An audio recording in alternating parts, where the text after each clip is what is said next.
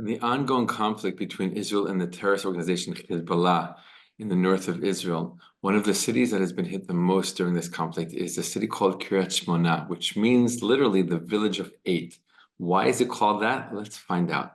Shalom, my friends. This is the Akiva Gersh with Israel in 5, where we give you everything Israel in 5 minutes. Please like and subscribe. And if you have any questions or want to keep the conversation going, please do so below in the comments. Kiryat Shmona started off as a small little town village in the north of Israel in the early years of the state of Israel, populated mostly by immigrants coming from all over the world, as the newly born state of Israel opened up its doors to Jews from all over the world to be part of this incredible thing called the Jewish state. Kiryat Shmona grew and grew, and it is the largest city in the northern part of Israel, the Upper Galil, Etzbat HaGalil, the finger of the Galilee, as we call it. But it literally sits right on the border with Lebanon. The way that the border is drawn there, Lebanon is both to the north of Kiryat Shmona and also to the west of Kiryat Shmona, putting it in a very, very dangerous situation. Residents of Kiryat Shmona have been suffering for, not consistently, fortunately, but for decades, literally, well before other parts of the city, other parts of the country of Israel were under fire by terrorist organizations. Residents of Kiryat Shmona and the surrounding area were dealing with terrorist attacks, rocket firing for many, many, many years before. Kiryat Shmona is one of the first places in the entire country to get safe rooms, to get bomb shelters built into homes and apartment buildings because of this specific reason. But why is it called the Village of the Eight? Where does its name come from? Anytime in Israel you see a town, a village, a city with a number in its name, you know that there's a story there. And this is the story of why Kiryat Shmona is called the Village of the Eight. It takes us back to the earlier years of the Zionist movement, the earlier decades when Jews were coming mostly from Russia. They were buying up pieces of land, they were farming it, they were settling it, they were making a presence, and they were starting that slow and very arduous process of transforming the land of Israel from a land that was barely used, that was often abused, to a land that could give forth its produce. And during the first few waves of immigration of Jews from Eastern Europe, from Russia, they created many dozens and dozens of agricultural settlements all over the country. Now, in the northern part of the land at that point, what we call the Galil along the border with Lebanon today, there were 4 Jewish agricultural settlements. One of them was called Tel Chai, another one was called Kfar Giladi. And they were the tiny, tiny little settlements, a few dozen young Jews living in the middle of nowhere, literally farming the land, guarding the land. They built a little fortress-type structure around them for safety. They went out and they did what they felt that they needed to do: work the land, redeem the land, bring the land back to its healthy state. At that time, the Arab-Israeli conflict didn't really exist. There were normal tensions between people, between neighbors, like there is anywhere, but not what we would call the Arab-Israeli conflict. Right around this time is exactly when the Arab-Israeli conflict did begin, but it was still prior to that. What happened in 1920 is that a group of Arabs from a nearby Arab village came to the gates of Tel Chai, the small, tiny little Jewish agricultural settlement, looking for French soldiers. Because at the time, there was a serious conflict between the Arabs and the French in that area.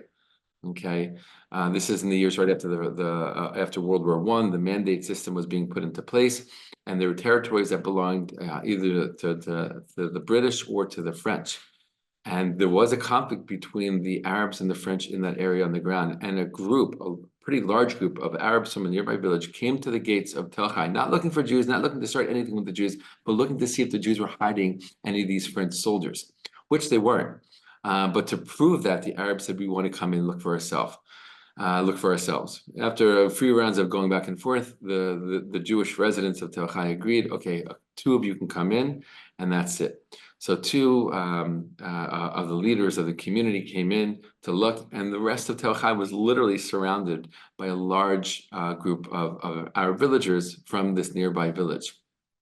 Now, historians say the details of what happened next are not so clear, but what it is known is that in the next few minutes, a gunfight began.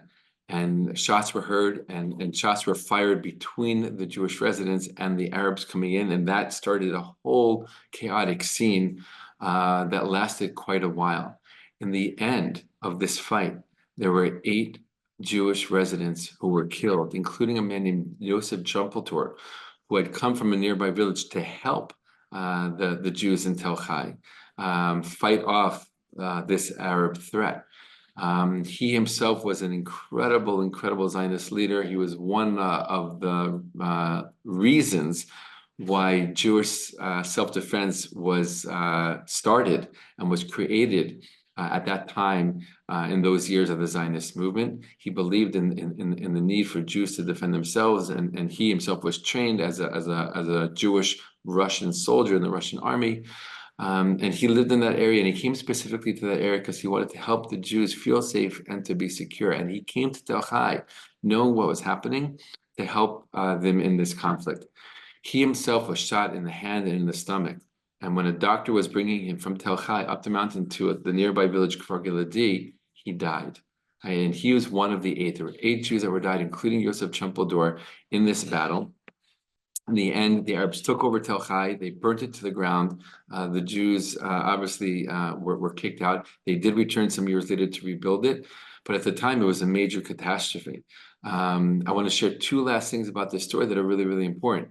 Right before Yosef Champaldor died, he said the words to this doctor, who was actually an American Jewish doctor from Boston. He said to him, "Yeah, it doesn't matter. It's good. It's worth it to die for our land."